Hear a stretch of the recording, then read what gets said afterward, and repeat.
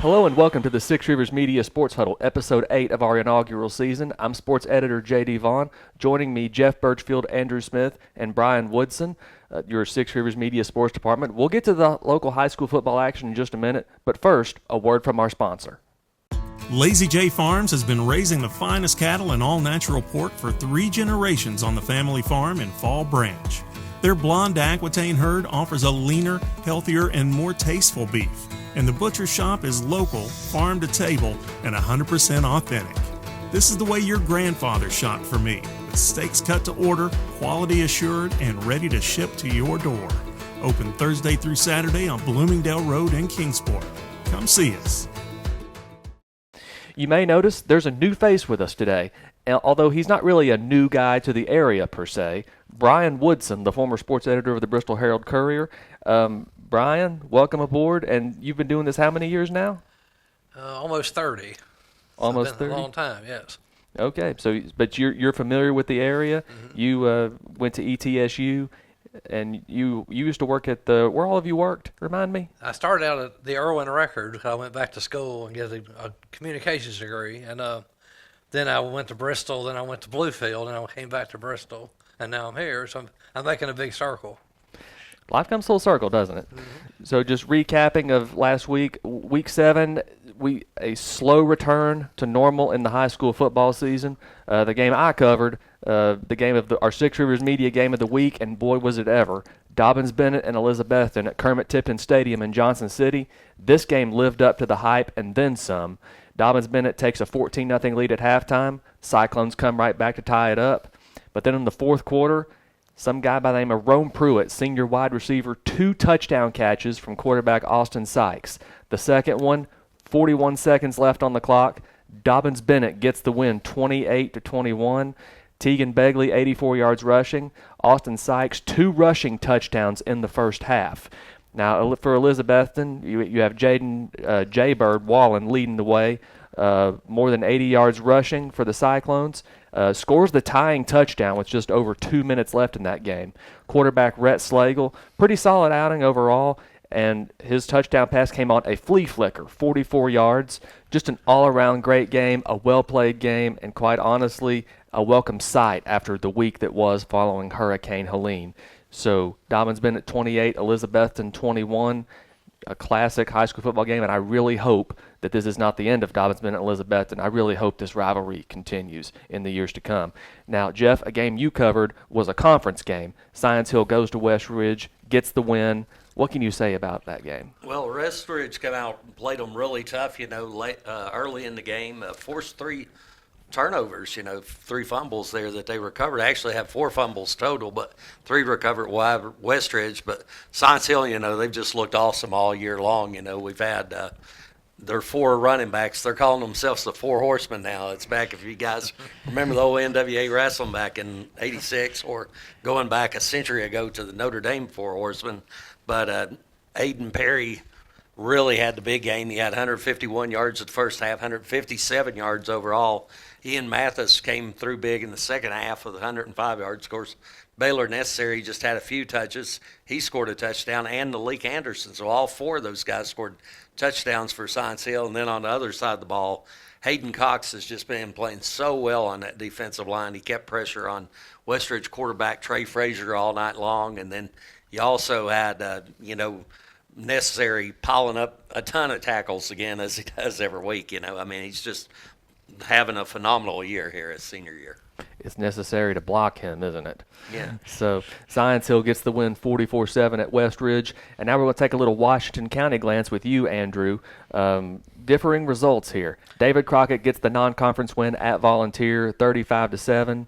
Daniel Boone still searching for that first win. Cott County comes in and gets the win 32-7. Just completely differing results. Yeah, I don't think you could be more different if you tried. I'll start with Daniel Boone. I was there in Gray on Friday, and it was a close game at halftime at least.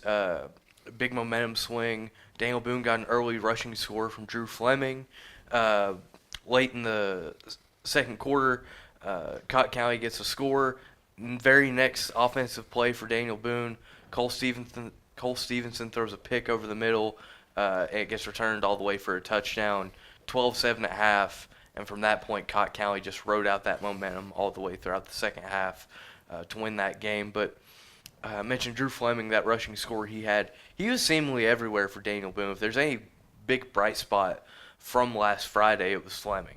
Had 25 carries for 89 yards in that score, caught a pass out of the backfield, made a pick on defense, seemingly was everywhere. Jeremy Jenkins was really pleased with his effort, especially considering he's just a sophomore. So a lot of potential still there, and we're already seeing some of that with Fleming.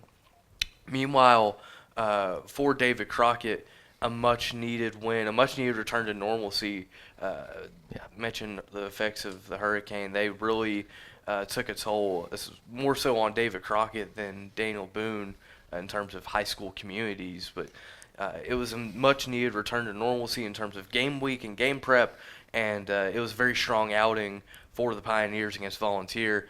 A little bit of a slower start first quarter, both teams kind of sluggish, but 21 points in the third quarter for the Pioneers kind of put this one away, 35-0. Volunteer gets a late score to get themselves on the board, but overall, a very strong outing for David Crockett and the sophomores that we seemingly rave about every week. Yep. Brian, a game that happened on Saturday that was postponed from Friday. Tennessee High goes to Gate City, gets the 21-0 win. Second straight shutout for Tennessee High in the state of Virginia. So what can you say just about this Tennessee High team and what they've shown the past couple of weeks?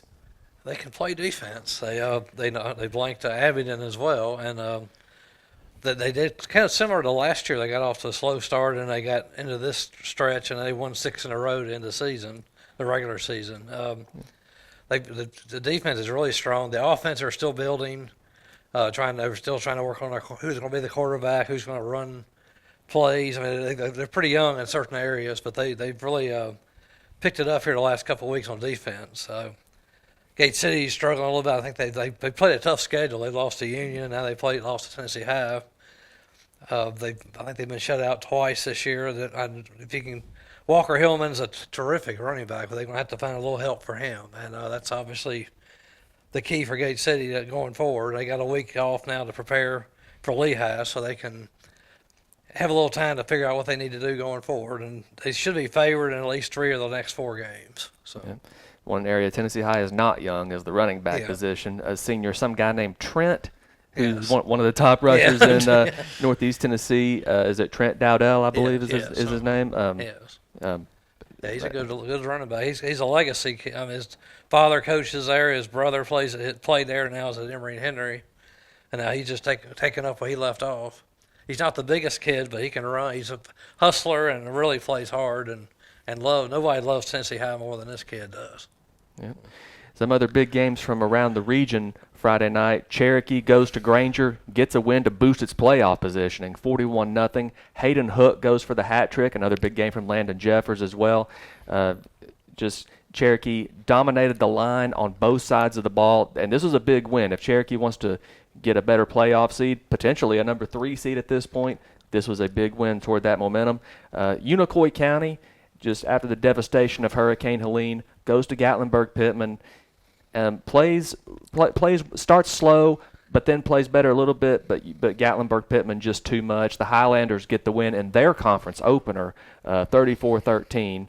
They jump back to number 10 in the poll. Unicoi County doesn't slip too far. They slip to number 9 in the polls. Happy Valley, Jeff, your alma mater, gets the win at Hancock County, 46-6, their first outing. And just a whole lot of balance and a whole lot of team from Happy Valley this year. Yeah, Happy Valley's got quite a few players can score for them, as we saw. Had Ron Paul Parker, Gabe McDougall, and some others, who were able to score touchdowns for them. And I mean, they've got that 11-game winning streak, and I know we'll get into a little bit later. Got a big game coming up this week with South Green. Yep. And for the first time this season, Rye Cove actually faced a stiff test on the road, going to Lehigh, getting the 14-6 win. So a big win for Rye Cove heading into this week's matchup with Eastside. And Brian, we'll talk about that one in just a minute. But just about this Rye Cove team, Lehigh really the first team to challenge them. So just what can you say about how that game played out? Rye Cove, I covered their game with Honaker, and they are big and strong. I mean, you look, they're called a small school, but they're not a small on the interior line. They are really good and talented. Landon Lane's a terrific leader. The game I covered, they had 3 guys, Lane and 2 other running backs gained over 100 yards.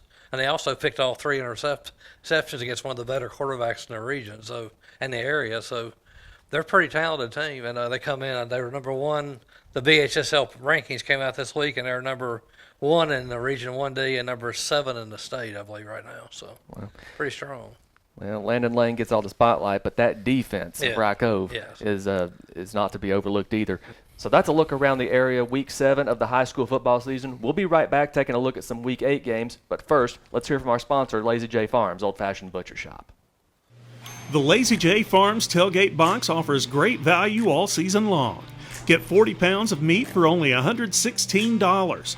That's 5 pounds of beef patties and 3 pounds of chicken breasts, 1 pound of thick cut bacon, 3 packs of premium beef hot dogs and 2 packs of Chicago dogs, and 4 pounds of thick cut pork chops, all for $116 at Lazy J Farms Butcher Shop in Kingsport. Visit us online at lazyjbeef.com. Week 8 of the high school football season is upon us, and we have a battle of unbeatens for our Six Rivers Media Game of the Week this week. We head up to Southwest Virginia in the Cumberland District. 2 undefeated teams. Eastside travels to Rye Cove, a game that could decide if Rye Cove defends its district championship. Eastside bringing Dayton Stanley and Keldon Hamilton. Rye Cove countering with Landon Lane, Carter Roach Hodge, Will Rollins. Brian, just what can you tell us about this game and what to expect? It's going to be a lot of running. They're going to be running the ball. Neither team throws the ball a whole lot, but both teams are good at running the ball. They have big offensive lines, especially Rye Cove. Ethan Lawson I covered him against Honaker. That kid's a monster, and he's just a sophomore. He's going to be a terrific player. And they got some other guys on the line, too, that are pretty talented. And the game against Honaker, I said earlier, they had 3 guys get over 100 yards. They had 1 injury in that game. They lost a kid, but they just keep on rolling. They haven't lost. The last week against Lehigh was really the first game they've been challenged. Eastside is also a talented team. They won every game since they joined the Cumberland since 2011 against Rye Cove until the last two meetings. So they've been the dominant team in the Cumberland a long time. They want to get that dominance back. Eastside's talented too. They got Thunder and Lightning, which is Keldon Hamilton and Luke Trent. They're both talented players, and they also have Dayton Stanley had a huge game last week against J.I. Burton. They have a big offensive line too, led by Reagan Wood, and their defense, like you said, they've got 3 straight shutouts, so they're pretty good. This is going to be a well played in the trenches game. Whoever can dominate the line will win this game, or should, and get there early because there's going to be a big crowd there from both schools. Love their football. It's one of the. I mean, it's terrific on a terrific atmosphere, and both teams are ranked. Rye Cove's number 7 in the state in the Class 1 ratings, and Eastside is number 9. Rural Retreat's in the middle. But this will be a big one. The winner of this probably should win the Cumberland because these are the 2 best teams. But you never know what will happen down the line. But it should be a good game. I think Rye Cove has an off week next week, so if they can get through this one, they can kind of sit back and rest up a little bit, get healed up, and get ready for the stretch run in the playoffs. I know they want to get back to that Region 1 the title game this time and win it. Like last year, they came close. And Eastside, they lost the game to Weather earlier in the year, but they've been really good too, and they want the same thing. So it's going to be a fun game for both sides. Yep. So in other words, get there early and be prepared to walk quite a distance to the stadium. Yeah. Because there's going to be a crowd. Just saying. Jeff, we'll get to your game. Your game. I'll be on the coverage. It'll actually be tonight. Morristown East on the road at Science Hill in a big Region 1-6A game. Morristown East, a team literally playing for its life, Jeff. Yeah, they started out, won their first 2 games, lost their last 4. Science Hill's heavily favored. Should be like Alabama versus Vanderbilt. I mean, that's a bad example. Yes, well, maybe it's yes, more it like is. Tennessee and Arkansas. Well, wait a second. That's a bad example, too. But I guess the point is, you can never take a game for granted like that. But we're talking about Science Hill's terrific running game. They've had some balance the last few weeks. Spencer Taylor's been playing well, got a great receiver there, and Stephen Famoyan that he's been able to get the ball to. Besides necessary on the defensive end, Cole Fleeman's racked up a bunch of tackles. Braden Austin's been playing great lately, so a lot of talent on that Science Hill team. Now, Morristown East Counters, they have some guys that are really good. Had two guys that played quarterback for them this year. First one's Caleb Billings, a little taller kid. He's like 6'3", 190. And then Isaac Green, who's normally plays wide receiver but has filled in some. He's 6 foot tall, but he's only 140 pounds, real skinny kid, and stuff. Running backs are sort of beefy guys. You got Jason West, who's like 5'11", 185. Eli Davis, he plays multiple positions. He plays running back, wing back, wide receiver. He's 5'10", 230. Nathan Collier, another good-sized kid for a high school kid, 6 foot tall and 206 pounds. So, and then they've got some big guys on their line, like Caden Young's like 6'1", 290 pounds. And then on the defensive side, they've got a big defensive tackle, Jacob Perkle, who's 6 foot and 300 pounds. And then their linebacker is one of their best players, even though he's a little bit undersized, is Easton Woody at 5'10" and 161. Sure. Speaking of teams playing for their lives, West Ridge is doing just that. The Wolves must win their last two conference games to have a shot at the playoffs. One of those two games is this week. West Ridge welcomes Jefferson County. The Patriots looking for their first win at the Evelyn Rafalowski Athletic Complex. West Ridge has won the only meeting there so far, that of course being in 2021. West Ridge won that game 35-12 to secure the number 2 playoff seed and a home playoff game in their inaugural football season in 2021. So Jefferson County has won the last two meetings at Dandridge in dominating fashion, of course, 38-7 last year. But, of course, Trey Frazier did not play the game. He was injured, missed the second half of the season. But West Ridge 0-3 in the conference. Jefferson County 1-2. Jefferson County can literally, depending on how Thursday's game between Science Hill and Morristown East goes, Jefferson County could clinch a playoff berth with a win at West Ridge. So two teams literally playing for their postseason lives. The Patriots bring running back Skylar Thomas, who is kind of their go-to now. Sean Jackson injured, lost for the season earlier this year. Skylar Thomas has exactly 1,000 yards rushing. Quarterback Mason Henderson, 39 of 91 through the air, but his top target is no secret now that Sean Jackson has been injured, and it's Dakota Hahn. So you know who Jefferson County is going to go to, but a lot of teams have had trouble slowing them down. The Patriots coming off back-to-back wins, of course, a 1-point win over Morristown East, and then a win last week at Morristown West 28-17. West Ridge has to get Trey Frazier, Ethan Amix, and its ground game going, and it has to be consistent in the passing game. Passing when they want to, not when they have to, if they want to win this game. Another big game, Tennessee High at David Crockett. Tennessee High 0-2, but maybe a deceiving 0-2 in region play, Brian. They played the two toughest teams, Morristown West and Sevier County. Sevier County, of course, the second-ranked team in the state. David Crockett 2-0 in Region 1-5A, so a big game for Crockett if they want to join the upper echelon of Region 1-5A. Yeah, this was a big, when I first came to Bristol the second time, this was a big rivalry. They're back and forth every year, really close games, and I think this one will be too. Crockett's their coach was up with me near Bluefield at Emory Henry, at Bluefield College for a while as an assistant. And real good guy, real good coach, has really done a good job building Crockett to a respectable program where they are now. Tennessee High just needs to keep winning if they want any hopes of getting into the playoffs. And this will be probably another low-scoring game, probably determined in the trenches like every game is. Sure. Yep. Hayden Chanley, of course, the Crockett coach, led Crockett to a 12-1 record in his first season at the helm. Andrew, a Carter County glance. Two big games in Region 1-2A. First, let's talk about South Green at Happy Valley. The Rebels with revenge on their minds. Happy Valley, of course, has won 11 straight regular season games, including that overtime win on Rebel Hill last year. What can we expect from Happy Valley this week? You can expect running the football. As most of the time with most Carter County teams, a lot of the county loves to run the football. Happy Valley, obviously no different, but you mentioned the revenge factor for South Green.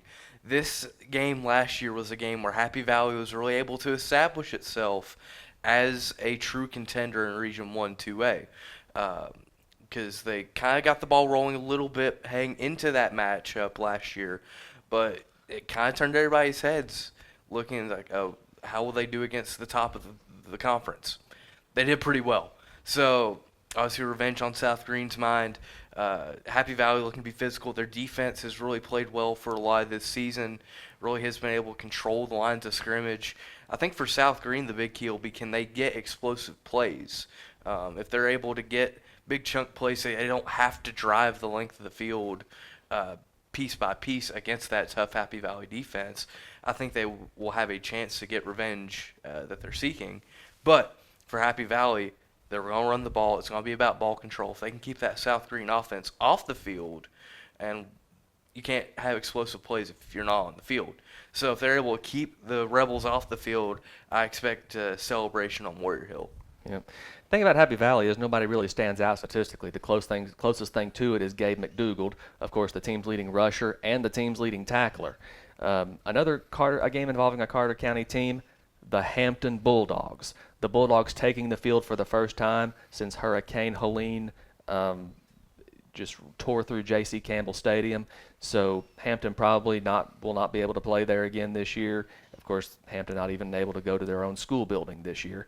Hampton takes the road after all this devastation, goes to West Green. Both teams 1-1 in the region. What is going to be on the minds of those Hampton players? It's hard to say. It truly is, because no one, I don't think, has experienced anything like this. So to try and predict what's running through those kids' minds is going to be impossible. But I do know that Hampton takes a lot of pride in his football, and those kids take a lot of pride in wearing the blue and the white. So I think that they will come out focused. I think Michael Lunsford will be able to try and settle them as much as he can. Obviously, you're talking about a bunch of 15, 16, 17-year-old kids. Might not be the easiest thing in the world to do, but it's a big game in the region. You mentioned both teams are 1-1, so very much playoff implications involved. For Hampton, you're just gonna have to rely on the big dog that's got you here to this point, Don Burleson. That running attack with Hampton, it's been Hampton's MO for years. Don Burleson continuing to be the strength of that team offensively. On the defensive side of the ball for Hampton, you want to control the line of scrimmage. You want to be able to allow your offense to build momentum on the ground game. You don't want to put them in a position where they have to throw the football, because Hampton is not known as a team that really throws the ball much at all. So if they can stick to the ground game, I think they'll have a really good shot. West Green, another hard-nosed football team. It's not going to be easy to do, but I think Hampton will be able to rally given everything and ultimately come out with a tough win. West Green's Austin Franklin, of course, coming off a school record game, one of the top receiving games statistically in TSSAA history. More than 300 yards receiving and 4 touchdowns for Austin Franklin. So West Green, if they're able to air it out, look out for Austin Franklin. Now, Andrew, you know what it's like, if anything, to lose your senior year. You, of course, lost your senior baseball season to COVID, so you kind of understand what Dominic Burleson is going through. Hampton's senior running back, of course. He hasn't played a game in 3 weeks. He's still one of Northeast Tennessee's top rushers, statistically, more than 500 yards on the ground. So I can kind of draw a line between him losing his school his senior year and you losing your senior baseball season. So just how would you compare that? I mean, it's tough because they are very different circumstances. I'm glad for Dom and that senior class that they're able to get back on the field, even if it's not probably going to be their home field for the rest of the year. But still, you kind of throughout the past couple weeks have felt all of the emotions. You felt grief, you felt excitement when you've been able to find out that, hey, our season isn't over, we get to keep going. Might not be the way we envisioned it, but we still get to keep playing some football. And, for Dom, he's had such a storied career there at Hampton these past few years. But for Dom to be able to see out his senior season, at least the regular season, it just puts a big stamp on just what he's been able to do there.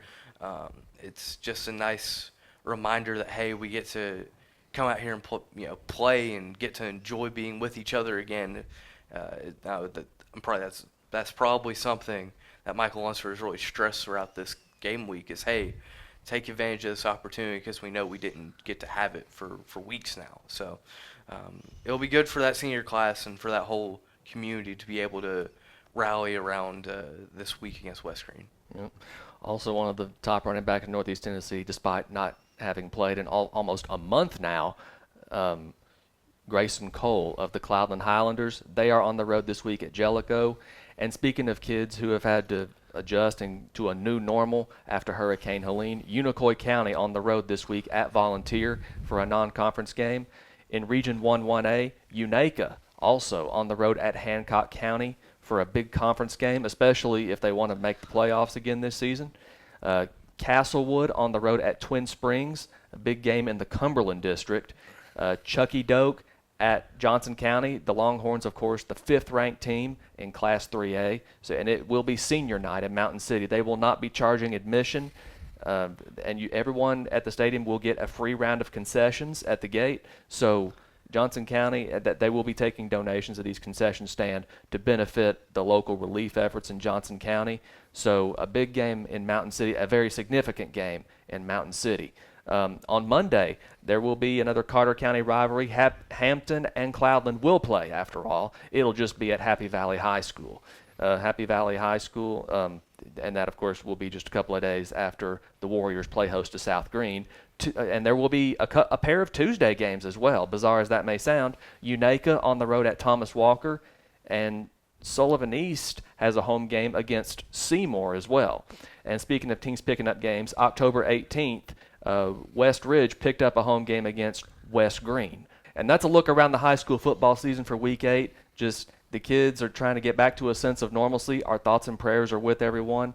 And, Jeff, I know one particular case that you wanted to talk about. Yeah, we just wanted to pass on our thoughts and prayers, obviously to those still affected. And one case in particular, Gunnar Peterson, who plays for Unicoi County, I know he played last week against Gatlinburg-Pittman. His father, Johnny, died in the flood, helping other people, save their lives. So, a true hero right there. And we keep all those communities that have been affected by the flood in our thoughts and prayers, and want to just pass on all of the good wishes, and people continue to support these communities.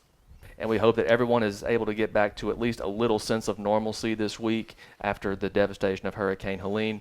Thank you to Lazy J Farms for Old Fashioned Butcher Shop for sponsoring our podcast. We'll see you next week. Lazy J Farms has been raising the finest cattle in all-natural pork for 3 generations. Our blonde Aquitaine herd offers a leaner, healthier, and more tasteful beef that ships from our store directly to your freezer. This is the way your grandfather shot for meat, only now we wrap it, seal it, and send it right to your door. We have plenty of options to pick from, and they're all fresh and natural.